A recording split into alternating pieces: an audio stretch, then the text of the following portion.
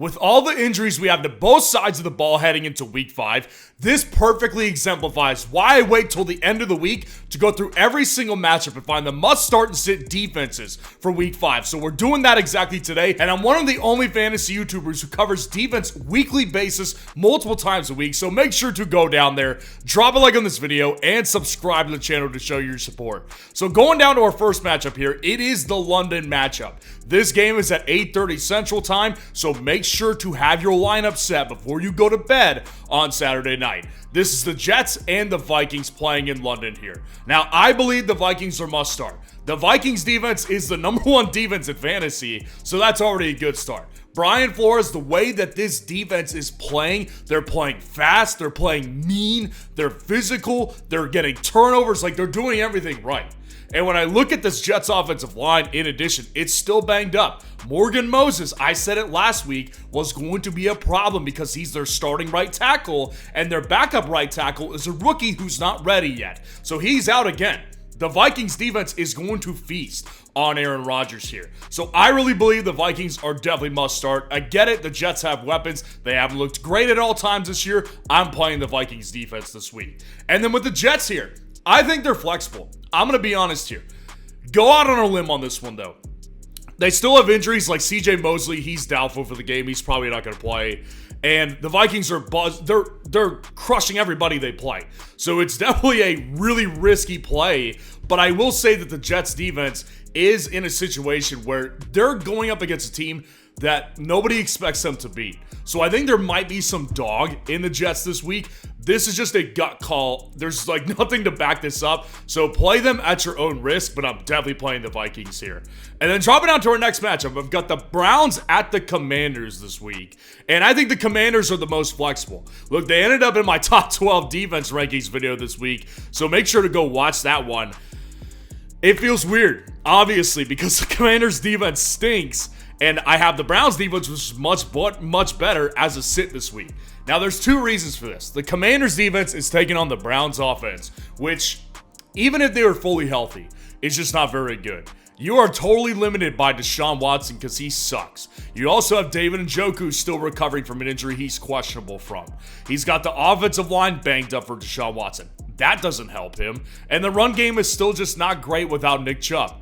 And then we've got the Commanders here on offense. They're just firing on all cylinders, man. They are literally can't be stopped. Like, we've barely seen their punter. I don't even know the punter's name at this point for the Commanders because he's not out there very much. So with the Commanders here, I just don't think that the Browns are going to stop them with their injuries they've got on defense. Myles Garrett's still dealing with an injury here. So I just think the Commanders, just looking at their defense here, they've got opportunities in this matchup. Again, this is a play. They're still inside my top 12 right now, but it's obviously a risky play just because the Commanders' defense has sucked in fantasy. I think this could be a week where they turn it around and actually have a decent week, and I'm just not playing the Browns' defense that are banged up against a really good Commanders' offense right now. Dropping out to our next matchup, the Miami Dolphins at the New England Patriots this week, and I still consider the Patriots a must start. I mean, the Dolphins are an utter disaster. I mean, it's not just that they suck without Tua. It's obviously Tua's not there, but they've got injuries to a bunch of their guys still. Their offensive line hasn't looked very good. I mean, this team cannot move the ball without Tua. They are totally dysfunctional and incompetent and incapable of moving the football. That, as a result, just makes me want to play the Patriots here. Now, I will say with the Dolphins defense, they were not very good last week. The main problem I have with the Dolphins defense is that they just can't get off the field because the offense can't stay on the field. So their defense was getting worn down by the Titans as that game went on last week.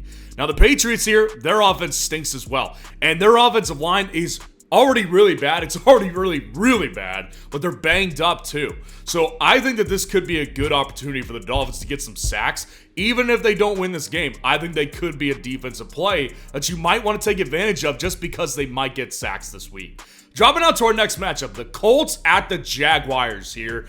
And obviously there's major storylines with injuries that we need to address here. I think these injuries make both of these defenses flexible. They're both playable defenses. They're not must starts, but they're definitely playable. So let's start with the Jags defense here. The Jags defense is already banged up. They've got front seven issues, a bunch of them. Josh Hines-Allen, he's injured right now. And obviously, Foyesade Oluokun, their star linebacker, he's on IR. So they've got issues of their own, obviously. They're 0-4. But the thing about the Colts, man, the Colts this week, first of all, Anthony Richardson's questionable in this game. And Jonathan Taylor's already been ruled out. So here's a scenario that could be really good for the Jags. If Anthony Richardson plays, they know he's not a very good thrower. So all they need to do is shut him down from running and make him beat them with his arm. Chances are good he can't do that here. So if it's Flacco, that definitely moves down the Jags here. But I still do worry about the Colts offense without a run game. They're going to have to rely on Trey Sermon, who, spoiler alert, is not very good. So I just think that the Jags defense, if it's Anthony Richardson, they're actually probably going to go into must-start territory for me because, again, they're very much like the Commanders. Their defense is not very good for fantasy, and they're banged up. So it's hard to do that, but I will say, without Jonathan Taylor, if it's Anthony Richardson, they can't really throw the ball that well. So I will say the Jags do have a decent defensive play ahead of them this week. And then the Colts defense, listen, Jags have been pretty inept offensively, and I think the Colts defense has actually had some strokes of luck defensively as well. So I do think the Colts can be played if you're trying to get some sacks out of these guys. Because the Jags offense can definitely make mistakes, and you can get sacks against the Jags offense. So I would say the Colts are definitely playable as well. Bills at Texans here, our next matchup.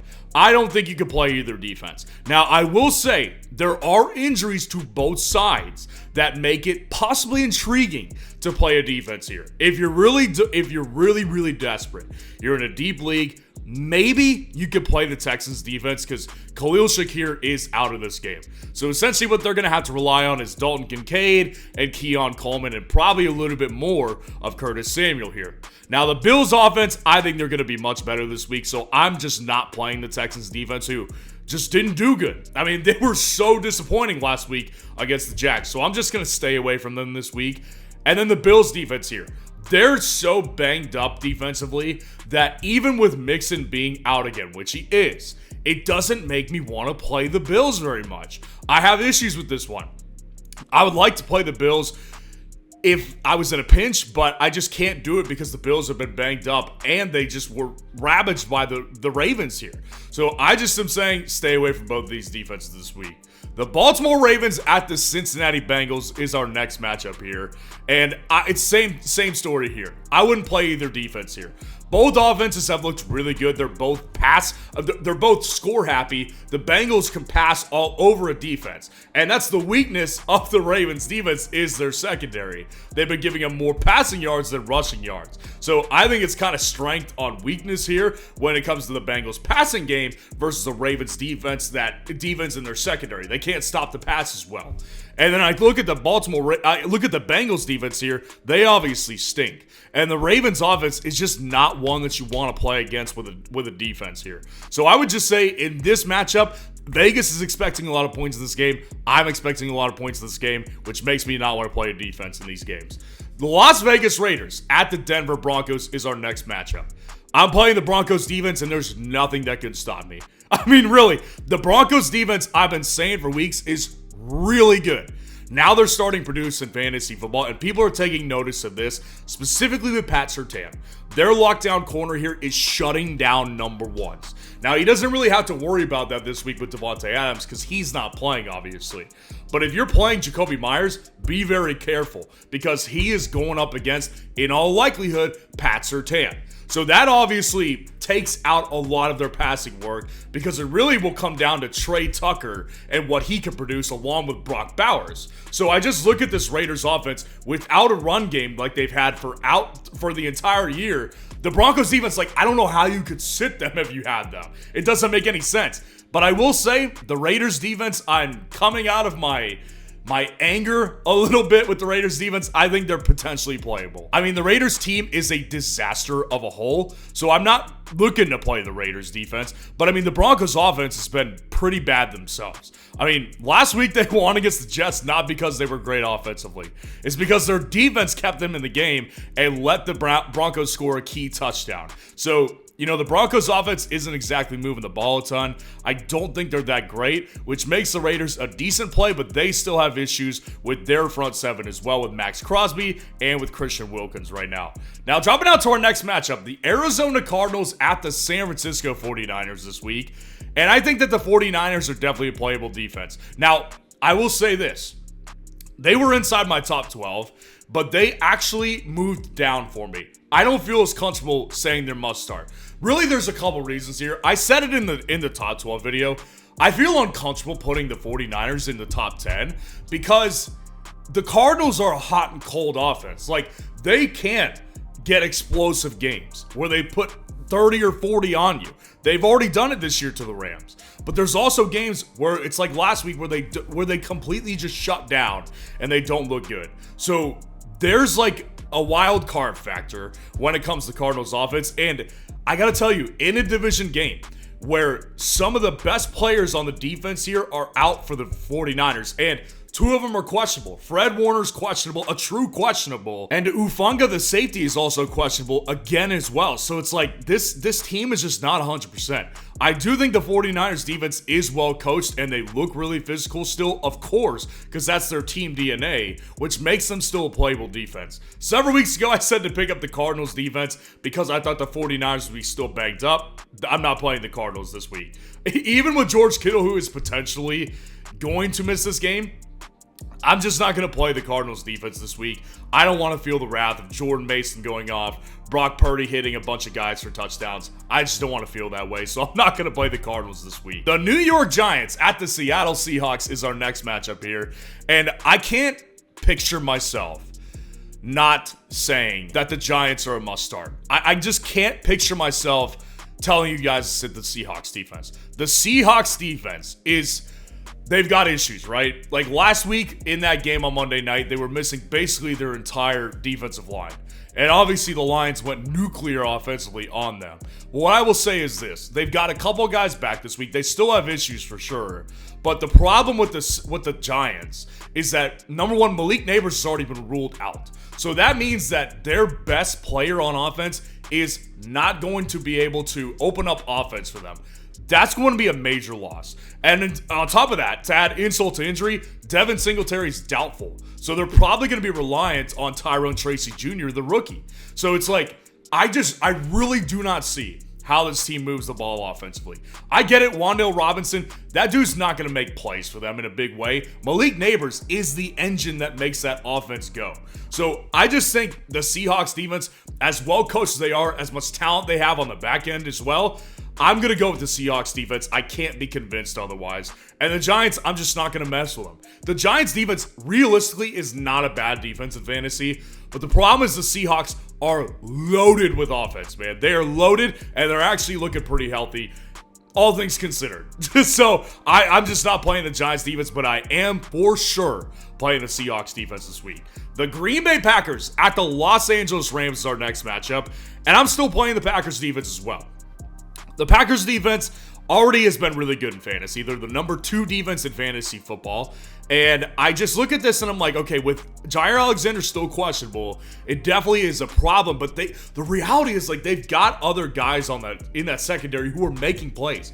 Xavier McKinney, the safety, he's looked fantastic. So I just think that the Packers have too much speed and they're physical at the point of attack this year. I'm playing them against a banged up Rams offense, and their offensive line is still banged up too. I mean, the Rams are just a mess, which is why I'm not playing them defensively either.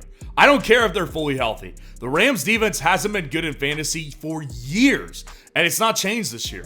The one thing I'll say, if this means anything to you, potentially playing the Rams defense if you're desperate, Christian Watson and Romeo Doubs are now ruled doubtful. We already know Watson's not going to play. That doesn't matter. But, you know, with Doubs, it's like if they don't have Doubs, they're going to have Jaden Wicks and Tucker Kraft. So, you know, they're limited. They're a little bit more limited. I'm not playing them. It doesn't matter that much to me. There's no way I'm playing the Rams, but I definitely am playing the Packers. The Dallas Cowboys at the Pittsburgh Steelers this week. The The Steelers defense, I do think is still a good start. You know, with the Cowboys offense, they really have they're totally one-dimensional, right? And that's not a secret. They're not running the ball. Well, the good thing is the Steelers are actually really good at run stuffing. So that's already a problem they're taking care of. All they really have to do is take CeeDee Lamb out of that game, and they're going to end up having a good fantasy performance as far as defense goes. And if you add in a couple turnovers on top of that and a couple sacks against Prescott, I think the Steelers are definitely going to be a good play. There's just a lot of ways the Steelers can make production in fantasy football for their defense, so I just kind of want a piece of it tonight. So I just kind of want a piece of it on Sunday night. And the Cowboys defense, I'm not playing them. I understand if you want to play him. If you're feeling really frisky, maybe play the Cowboys because Jalen Warren's out. That run game's a mess. Cordarrelle Patterson's injured. So it's like, I guess if you're really feeling frisky, like I said, you could play them. But just remember, Parsons, he's not playing in this game. He's doubtful. And Trayvon Diggs is also questionable in this game. This defense has been destroyed by injuries, man. So I am not trusting the Cowboys defense right now. They look really bad as is, so I'm definitely not playing the Cowboys defense. And as good of an idea as I think it is to play the Pittsburgh Steelers defense this week, they're not good enough to stop Dak from getting more than 0.5 total yards, which is his line on Underdog right now. So obviously you've got to hit the higher on this one, and if you haven't taken advantage of Underdog yet, go down in the comments, grab the link that's there, and use code FFN to sign up for Underdog, where not only will they match your first deposit 50% up to $1,000 of bonus cash, you'll also be able to take advantage of the Dak Prescott free line this week. And then our last matchup of the week, the New Orleans Saints at the Kansas City Chiefs. Listen, I'm playing both defenses here, and I have no problem doing it. I think this is actually going to be a relatively low-scoring matchup. If you actually look at the Chiefs games, most of their scores have actually been pretty low this year. The Chiefs are controlling the game because of their defense, and I get it. The fantasy production hasn't been great. I like them better this week because the Saints are starting to show cracks offensively. Derek Carr's starting to turn the ball over. Alvin Kamara is questionable for this game. Their offensive line is banged up. So they're showing cracks here in the Saints offense to the point where I think the Chiefs definitely could cause some havoc in this backfield and create some turnovers this week. So I like the Chiefs defense and I like the Saints because they're just really good. And the Chiefs have been ravaged by injuries on the offensive side of the ball. They've got no real threat at wide receiver as far as a possession receiver goes.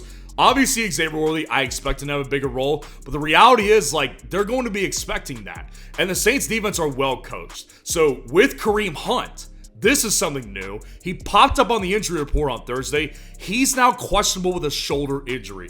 If he doesn't go, the Chiefs are going to be one-dimensional. I like both defenses in this matchup. So let me know how your lineup is looking this week so far. And if you want to see where the top 12 defenses ranked on my top 12 rankings this week, click on this video right here.